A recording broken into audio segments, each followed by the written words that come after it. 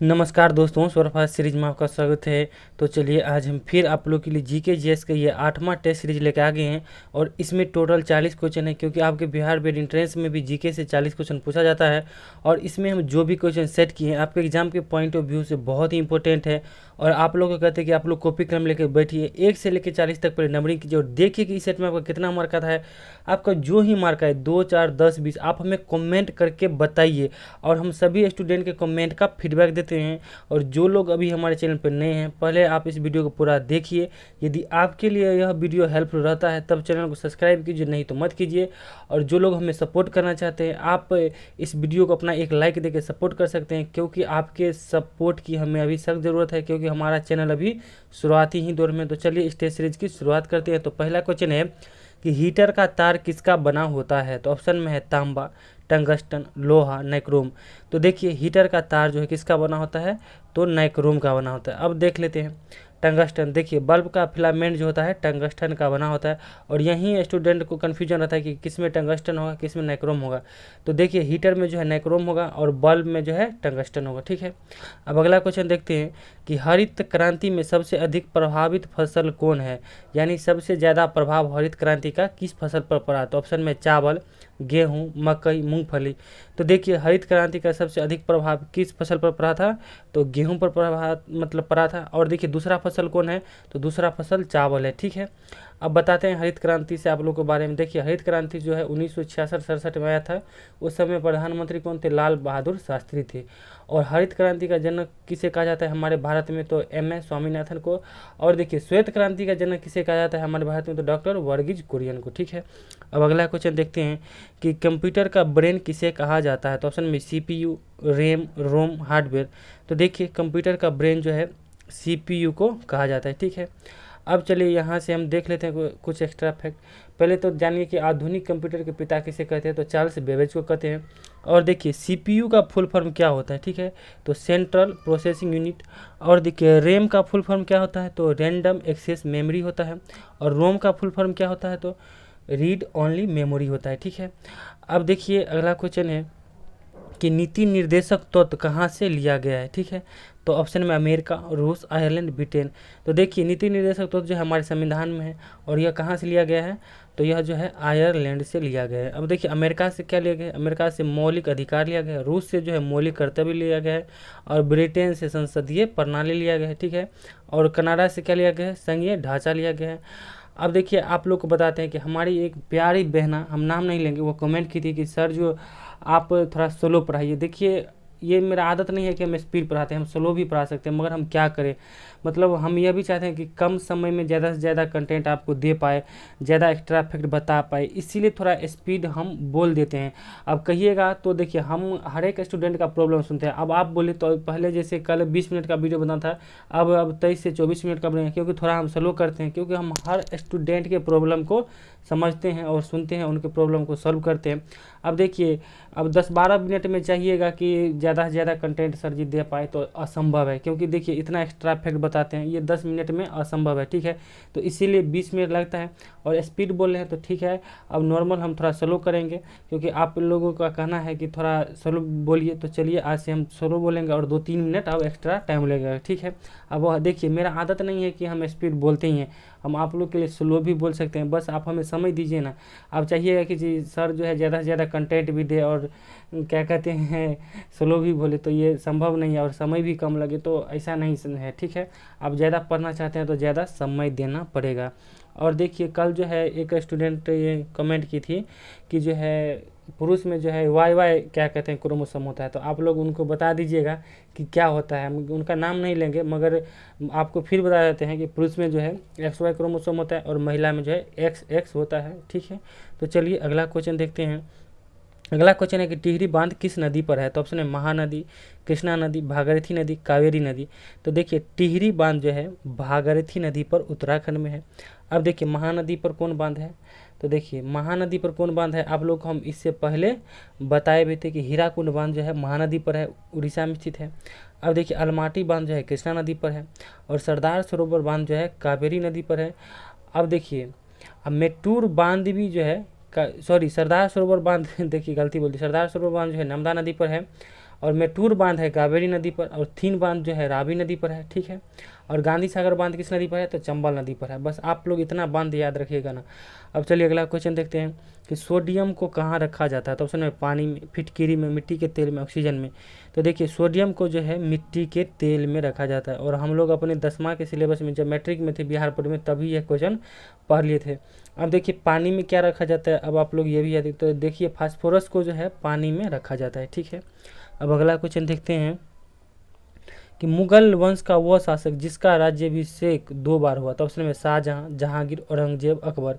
तो देखिए मुगल वंश का वो शासक कौन था जिसका राज्याभिषेक 2 बार हुआ, तो वो था औरंगजेब। अब देखिए शाहजहां, तो शाहजहां का मकबरा कहाँ है, तो आगरा में। क्या कहते हैं दिल्ली का लाल किला, ताजमहल, ये किसने बनाया था, शाहजहां ने बनाया था। अब देखिए जहांगीर का मकबरा कहाँ है, तो जहांगीर का मकबरा जो है लाहौर में स्थित है, और इनके पत्नी का नूरजहां का मकबरा भी लाहौर में ही स्थित है।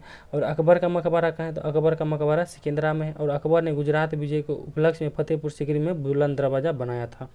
अब अगला क्वेश्चन देखते हैं कि भारत के किस राज्य की जनसंख्या सबसे अधिक है, तो ऑप्शन में बिहार, उत्तर प्रदेश, राजस्थान, सिक्किम। तो देखिए भारत के किस राज्य की जनसंख्या सबसे अधिक है, तो हमारे पड़ोसी राज्य उत्तर प्रदेश की है। अब देखिए सबसे कम जनसंख्या किस राज्य की है, तो सिक्किम की है। अब देखिए क्षेत्रफल के अनुसार सबसे बड़ा राज्य कौन है, तो क्षेत्रफल के अनुसार सबसे बड़ा राज्य भारत का राजस्थान, और सबसे छोटा राज्य कौन है, तो गोवा है, ठीक है। अब अगला क्वेश्चन देखते हैं कि विजय घाट किसकी समाधि स्थल है, ठीक है। तो ऑप्शन में राजेंद्र प्रसाद, लाल बहादुर शास्त्री, महात्मा गांधी और भीमराव अंबेडकर। तो देखिए विजय घाट जो है लाल बहादुर शास्त्री की समाधि स्थल है। अब देखिए महाप्रयाण घाट किसका है, ये राजेंद्र प्रसाद की समाधि स्थल है। और राजघाट किसका समाधि स्थल है, तो महात्मा गांधी की। और चतरा भूमि किसका समाधि स्थल है, तो भीमराव अंबेडकर की है, ठीक है। और शक्ति स्थल किसका समाधि स्थल है, इंदिरा गांधी की। वीर भूमि जो है राजीव गांधी की समाधि स्थल है। अब देखिए अगला क्वेश्चन है कि निम्न में कौन नगदी फसल है, तो ऑप्शन में गेहूँ, चावल, मूंगफली, तरबूज।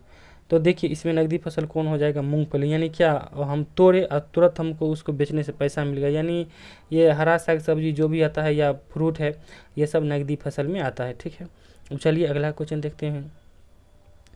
अगला क्वेश्चन है कि सुप्रीम कोर्ट की कार्यकारी भाषा कौन है, यानी उच्चतम न्यायालय जो दिल्ली में है उसकी कार्यकारी भाषा कौन है, तो ऑप्शन में हिंदी, अंग्रेजी, बंगला, मैथिली।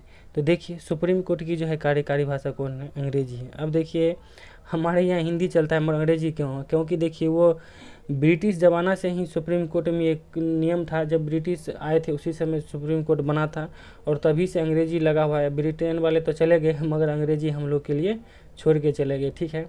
अब अगला क्वेश्चन है कि बंगाल विभाजन कब हुआ था, तो ऑप्शन में 1905, 1906, 1909, 1919। तो देखिए बंगाल विभाजन जो है 1905 में हुआ था, ठीक है। अब देखिए 1906 में क्या हुआ था, तो 1906 में जो है मुस्लिम लीग की स्थापना जो है ढाका में आगा खां के नेतृत्व में हुआ था। अब 1909 में देखिए मार्लो मिंटो सुधार आया था, जिसके तहत जो है मुस्लिमों को जो है अलग से निर्वाचन दिया गया था, ठीक है। अब 1919 में देखिए जलियांवाला बाग हत्याकांड हुआ था 13 अप्रैल 1919 को, और ये 1919 में ही खिलाफत आंदोलन शुरू हुआ, और इलेक्ट एक्ट भी आया था 1919 में ही, ठीक है। अब अगला क्वेश्चन है कि लघु संविधान की संविधान संशोधन को कहा जाता है, तो ऑप्शन में 42वां, 44वां, 61वां, 76वां। तो देखिए लघु संविधान संशोधन जो है 42वां संविधान संशोधन को कहा जाता है।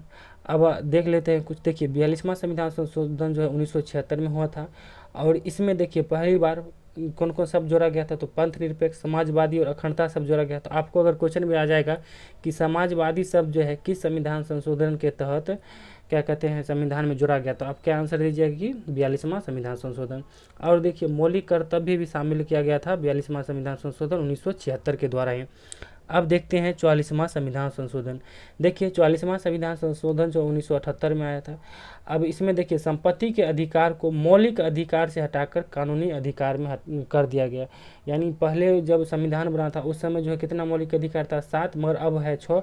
अब एक कौन हटा, तो यही संपत्ति के अधिकार को हटाकर 300 के क में रख दिया गया है और इसे कानूनी अधिकार बना दिया गया। अब देखते हैं अगला कि 61वां संविधान संशोधन। अब देखिए 61वां संविधान संशोधन 1989, इसमें जो है चुनाव देने की उम्र जो है 21 वर्ष से घटाकर 18 वर्ष कर दिया गया। अब देखिए 76वां संविधान संशोधन, यह जो है 1994 में आया था। पिछड़े वर्ग, अनुसूचित जाति और जनजाति के लिए जो है नौकरी में स्थान सुरक्षित किया गया था। ठीक है, अब चलिए अगला क्वेश्चन देखते हैं कि कांवर झील बिहार के किस जिला में है। तो ऑप्शन में समस्तीपुर, बेगूसराय, नवादा, पटना। तो देखिए कांवर झील बिहार के किस जिला में है, तो बेगूसराय में है। ठीक है, पूसा कृषि विश्वविद्यालय कहाँ है, समस्तीपुर हमारे जिला में। ठीक है, अब चलिए अगला क्वेश्चन देखते हैं कि विटामिन सी का सबसे अच्छा स्रोत कौन है। तो ऑप्शन में नींबू, संतरा, आंवला, मिर्च। तो देखिए विटामिन सी का सबसे अच्छा स्रोत कौन होगा, तो आंवला होगा। अब आपको बताते हैं क्या नींबू में नहीं पाया जाता है, नींबू में भी विटामिन सी पाया जाता है, संतरा में भी विटामिन सी पाया जाता है, और मिर्च तो आप लोग को कड़वा लगता है मगर इसमें भी विटामिन सी पाया जाता है, मगर सबसे ज़्यादा विटामिन किस में पाया जाता है, सी आंवला में पाया जाता है। ठीक है, अब अगला क्वेश्चन है कि मसालों का बगीचा किस राज्य को कहा जाता है। तो ऑप्शन है बिहार, केरल, महाराष्ट्र, राजस्थान। तो आप जानती हैं कि मसालों का बगीचा जो है केरल को कहा जाता है। ठीक है, अब अगला क्वेश्चन क्या है कि संसद का अस्थायी सदन कौन है। तो ऑप्शन में लोकसभा, राज्यसभा, दोनों इनमें से कौन है। तो देखिए संसद का अस्थायी सदन जिसे कभी भंग नहीं किया जा सकता है वो कौन है, राज्यसभा है, और अस्थायी सदन कौन है, लोकसभा है। ठीक है, अब लोकसभा में कितनी सीटें हैं, 552, राज्यसभा में कितनी सीटें हैं, 250 है। और देखिए संसद 3 अंग से मिलकर बना होता है, लोकसभा, राज्यसभा और राष्ट्रपति से। ठीक है, अब चलिए अगला क्वेश्चन देखते हैं कि 16 महाजनपदों की चर्चा कहाँ है। तो ऑप्शन है महाभारत, रामायण, अंगुत्तर निकाय, राजतरंगिणी। तो देखिए 16 महाजनपदों की चर्चा जो है अंगुत्तर निकाय में है। अब देखिए महाभारत की रचना किसने किया था, तो वेद व्यास। रामायण की रचना किसने किया था, वाल्मीकि ने किया था संस्कृत भाषा में। और राजतरंगिणी की रचना किसने किया, तो कल्हण ने किया है, और राजतरंगिणी में कश्मीर के इतिहास का वर्णन है। ठीक, अब अगला क्वेश्चन देखते हैं कि भारत का सबसे उत्तरी बिंदु कौन है। तो ऑप्शन में इंदिरा पॉइंट, इंदिरा कॉल, किबिथु, गौर माथा। तो देखिए भारत का सबसे उत्तरी बिंदु कौन है, तो ऑप्शन में है इंदिरा पॉइंट, इंदिरा कॉल, किबिथु, गौर माथा। और यह जो है हम तहलका सीरीज में कई बार बता चुके हैं। तो देखिए सबसे उत्तरी बिंदु कौन हो जाएगा, तो इंदिरा कॉल हो जाएगा। और सबसे दक्षिणी बिंदु कौन है, इंदिरा पॉइंट है। और इंदिरा पॉइंट का एक दूसरा भी नाम है पिग्मेलियन पॉइंट। अगर सतह जमीन से सटा अगर पूछे क्या कहते हैं दक्षिणी बिंदु, तो वो क्या हो जाएगा, केप कोमोरियन हो जाएगा। अब देखिए किबिथु, यह जो है पूर्वी बिंदु जो कि अरुणाचल प्रदेश में सबसे पूर्वी बिंदु किबिथु है, और सबसे पश्चिमी बिंदु गुजरात में गौर माता है। ठीक है, अब अगला क्वेश्चन है कि शौचालय दिवस कब मनाया जाता है। तो ऑप्शन में 21 जून, 22 मार्च, 22 अप्रैल, 9 दिसंबर। तो देखिए शौचालय दिवस जो है 19 दिसंबर को मनाया जाता है। और दिसंबर में कौन मनाया जाता है, 1 दिसंबर को एड्स दिवस भी मनाया जाता है। अब देखिए 21 जून को विश्व योगा दिवस मनाया जाता है। 22 मार्च को क्या मनाया जाता है, जल दिवस यानी विश्व जल दिवस। और 22 अप्रैल को विश्व पृथ्वी दिवस। अब देखिए बहुत सारे स्टूडेंट को यहाँ कन्फ्यूजन रहता है कि कौन 22 मार्च होगा, कौन 22 अप्रैल। तो देखिए कहते हैं ना कि जल ही जीवन है, तो हम लोग को खाना रहे ना रहे, कुछ रहे ना रहे, मगर जल चाहिए, तो पहले जल को हम लोग महत्व देते हैं। तो पहले जल होगा यानी मार्च पहले जल, उसके बाद स्थल होगा। ठीक है, 22 अप्रैल यानी पृथ्वी दिवस। ठीक, ऐसे आप लोग याद रख लीजिएगा। अब अगला क्वेश्चन है कि भारत में किस मानसून से सर्वाधिक वर्षा होती है। तो ऑप्शन में उत्तर पूर्वी, दक्षिण पश्चिम, दोनों से कोई नहीं। तो देखिए भारत में सबसे अधिक वर्षा जो है दक्षिण पश्चिम मानसून से होती है। अब देखिए उत्तर पूर्वी मानसून से ठंडा के महीना में जो है तमिलनाडु में वर्षा होता है। ठीक, अब अगला क्वेश्चन देखते हैं। अगला क्वेश्चन है कि जयपुर की राजधानी है, जयपुर किस राज्य की राजधानी है। तो ऑप्शन में उत्तर प्रदेश, राजस्थान, मध्य प्रदेश, झारखंड। तो देखिए जयपुर जो है राजस्थान की जो है राजधानी है। अब देखिए उत्तर प्रदेश की राजधानी कौन है, लखनऊ है। मध्य प्रदेश की राजधानी भोपाल है। और झारखंड की राजधानी कौन है, आपको रांची है। ठीक, अब अगला क्वेश्चन है कि भारत में सबसे अधिक रेशम उत्पादन करने वाला राज्य कौन है। तो ऑप्शन में गुजरात, मध्य प्रदेश, कर्नाटक, उत्तर प्रदेश। तो देखिए भारत में सबसे अधिक रेशम उत्पादन कौन राज्य करता है, तो कर्नाटक करता है। पूरे भारत के उत्पादन का जितना भी भारत में रेशम उत्पादन होता है उसके पूरे उत्पादन का 50% यानी आधा लगभग जो है कर्नाटक में ही उत्पन्न होता है। अब देखिए रेशम उत्पादन किसके अंतर्गत आता है, तो सेरीकल्चर के अंतर्गत आता है। मछली उत्पादन किसके अंतर्गत आता है, तो पीसी कल्चर के अंतर्गत आता है। अब देखिए मधुमक्खी पालन किसके अंतर्गत आता है, तो एपीकल्चर के अंतर्गत आता है। अब चलिए अगला क्वेश्चन देखते हैं कि किस राज्य में सबसे पहले त्रिस्तरीय पंचायती राज प्रणाली को अपनाया गया। तो ऑप्शन में बिहार, राजस्थान, असम, मध्य प्रदेश। तो देखिए त्रिस्तरीय पंचायती राज प्रणाली को जो है राजस्थान में सबसे पहले राजस्थान के नौगढ़ जिला में अपनाया गया था। अब चलिए अगला क्वेश्चन देखते हैं कि हॉकी के जादूगर के उपनाम से किस खिलाड़ी को जाना जाता है। तो ऑप्शन में मिल्खा सिंह, पीटी उषा, मेजर ध्यानचंद, सौरभ गांगुली। तो देखिए हॉकी के जादूगर के उपनाम से किस खिलाड़ी को जाना जाता है, तो मेजर ध्यानचंद को जाना जाता है। अब देखिए फ्लाइंग सिख किसे कहा जाता है, तो मिल्खा सिंह को कहा जाता है। उड़न परी किसे कहा जाता है, तो पीटी उषा कहा जाता है। और बंगाल का टाइगर सौरभ गांगुली को कहा जाता है। ठीक, अब अगला क्वेश्चन कि निम्न में कौन लोहा का अयस्क है, तो ऑप्शन में सिनेबार, हेमेटाइट, बॉक्साइट, इनमें से कोई नहीं। तो देखिए लोहा का अयस्क कौन है, इनमें से हेमेटाइट है। अब देखिए सिनेबार किसका अयस्क है, तो पारा का अयस्क है। बॉक्साइट किसका अयस्क है, तो एल्यूमिनियम का अयस्क है। ठीक है, अब अगला क्वेश्चन है कि जर्मन सिल्वर से क्या नहीं जर्मन सिल्वर में क्या नहीं पाया जाता है, तो ऑप्शन में कॉपर, निकेल, सिल्वर, जिंक।